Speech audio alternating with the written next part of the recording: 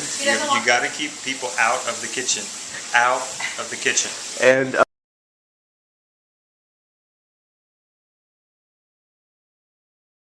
our first competitor, cranky UJ Musselman, has arrived a little late and is going to try to make up for lost time with his excellent cooking techniques. What's up? Hey, Brandon, how you doing, man? Good, dude. How are you?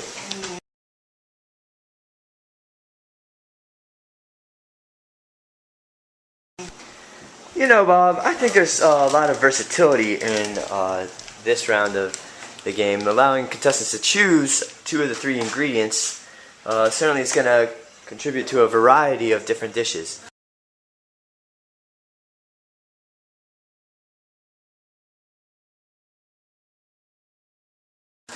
Yeah, Bill, but I think the real story of today is going to be David's attempt to get back at UJ during the judging round. We'll certainly hear many attempts at jokes, and most of them will probably not be that funny. We hope to at least get a serious score at the end of that. Hopefully Andrew is also matured enough to give reasonable scores, and we'll get back to you after the food. And UJ has now began the most difficult part, which is the cream sauce. Thank the Lord, my husband's not doing this. Alright, well that was actually just the pasta. That's probably one of the easier parts. But the cream sauce is coming. And now, drafted into the service, Brandon Bartholomew is helping UJ with his preparation. Obviously creating such an obvious conflict of interest, a devious plan by UJ. Goodness gracious, I go on paper for 2 seconds and you put me out of the wrong so bad. Adding the delicious cream sauce. I made a comment on it and I called you. It was like, to the lake, and then liked every status I put up about it. Never responded to anything. And topping the breadcrumbs onto the casserole. And look at that smooth, silky finish. And UJ is now ready to put the casseroles in the oven. Now we are going to have interesting results using 3 different materials of casserole dishes. Hopefully it will provide at least one successful dish, as well as using different racks.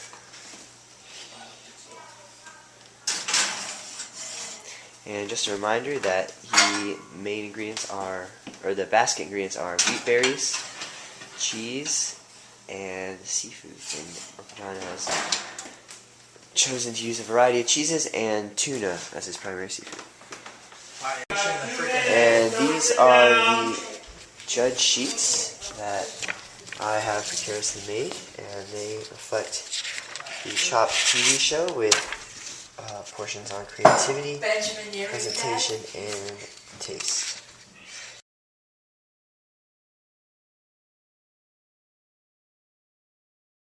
And the chairman has entered the room and is taking pictures for her own personal collection.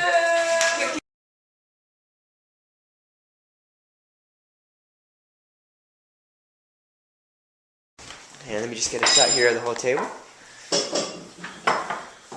Wait, do we have to comment? Do we comment out loud?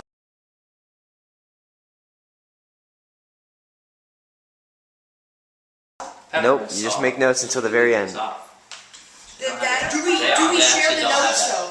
Nope, you just grab it yourself. At the end, you'll tell them when you give your score.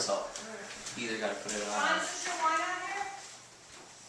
A little cup, yeah. UJ, what are we eating today?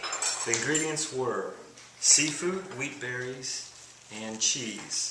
So for my meal, I made fancy Italian macaroni and cheese with a 6 cheese blend, wheat berries, tuna fish, and I think that's all the ingredients. I also made, as a side, a kale salad. Because everyone loves kale. Because it's healthy and good for you. And it's green. And Looks it's green. good. And I made 3 casserole dishes full so everybody could have seconds if they would like. Looks good. I Alright. might recommend trying some Frank's Red Hot Sauce. The French Red Hot sauce. Look at that chewing. She's What? about- Pass again? Yeah, for We'll the delete camera. that. For the camera. Delete I'll cut it that out. video then. Okay. Chef Sean, I would like to ask, what was the inspiration for your dish? Well, the most difficulty that I had was factoring in the cheese. Wheat berries, okay. Seafood, okay. But seafood and cheese, that's a hard combo. Good. So I was trying to think of creamy things that I had with seafood, and I thought of tuna fish casserole. And then I thought of mac and cheese casserole, and I simply combined the two. Do chefs judge themselves? Yes. Hey, I can. No, don't Well, do at that. least go through the motions, and then we'll decide later.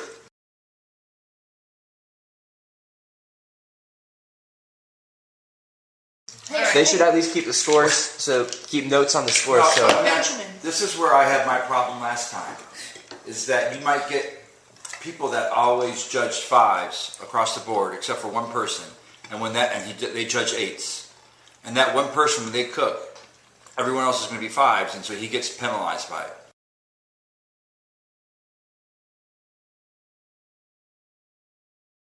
That's why I almost think you should do, at the end of the day, you said this person's first, second, third, and fourth in your mind for each of the different things, and then you add those up, and whoever has the lowest score would be first in that category or something. But that's me.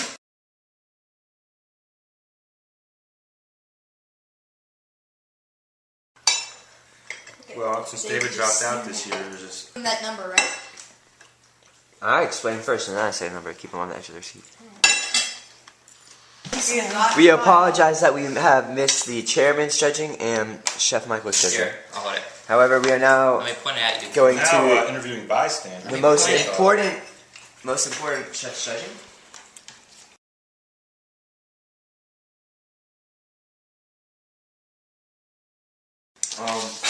For creativity, my comments are that Okay, the go. tuna casserole was sort of a normal dish. I thought the tuna wasn't as prevalent in the dish. It wasn't really transformed. I'm gonna give that a 6. For presentation, a lot of things were done right, so that's good. The salad bowl I don't think really was a good choice. It wasn't very colorful. I did like the dill, and I actually like the way the texture looks. Again, we see a family serving style. And I'm also going to give a 6 for presentation. For taste, I am going to give a 7. Very good. I was wary of, and for good reason, the breadcrumb, and I thought it was sort of dry. But you penalize against it. That's above a 5. That means I didn't penalize it. Bad. So all I'll say first of all is that I will try to be consistent across all the judges. Out of the whole thing would be, would I eat this again? And the answer is yes. This was a great dish for serving the family, but as far as trying to showcase culinary skills and all that other thing, it didn't do that. So that's why the numbers aren't going to be as high. The presentation, yeah, again. All I will tell you is that I will be consistent in grading it. I know what it says on there, what I'm supposed to grade it based on, and I put different weights on different categories within the presentation. If you look at my plate, I have a lot of breadcrumbs left. It made it sort of crummy. No, I probably would also like it creamier. I also probably like a little bit more tuna fish in it. The wheat berries, I personally didn't notice them, but I don't know what wheat berries really are until I actually tried one. And our most... Creativity. Notes. I love Who it. knows? The combination was pretty good. Actually, between the mac and cheese casserole and the tuna casserole. That a 7.5. Okay? And presentation. The presentation was good. It smelled great. The table setting was also good. 8. Okay. Taste. Tell you. Taste. It tastes good and salty. The texture was a good soft. I'll give that 8.5. Okay. Creativity. The first thing I thought of when I saw that was tuna casserole, and I thought of it right away. So, and when you said that was your inspiration with the macaroni and cheese. I didn't think that was that creative, so I gave you a 5 on that. Presentation. Table setting was good, although I will add my dad's fork was on the left, everybody else's was on the right. Family style? Family style is not as gourmet, yes, and it was very bland. So I gave that a 5 as well. And then for a taste, I gave it a 7 because it was really good, but I give it a 7 because I have to compare it to others. And eventually would have been mad if I gave it higher. So I would like to hear UJ's responses and as well as what he thought of his own dish. Okay, creativity, I'll give myself a 7. Harder to come up with a seafood cheese combination, I think you realize. Presentation, well, I'll give myself a 9. not counting it. Because how your table looks when you walk in is a big deal. If you walked into a dirty table or your silverware was messed up, you would think people in the restaurant didn't have it together. No matter what the food looked like when it got to your table, I thought that it did smell good, and the food appearance was, it wasn't perfect, so it's not a 10, obviously. I agree with Jen that it's probably what I would rather have over my mom's tuna casserole. Careful, this is on camera. Which was very good. The kale salad was light and good, and I think that went well together. Make it again. One last point is that budget, even though it's not on here, is a consideration.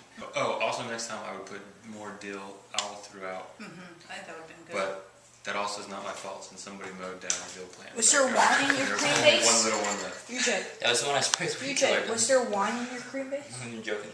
And there was not one in my cream base. That would've been could better. have very Was that good. the dill you got from your house or the dill you got from our house? Because you can taste All it. right, and that concludes the judging portion. I'm going to Sprayed turn off some the of those weed camera. killer.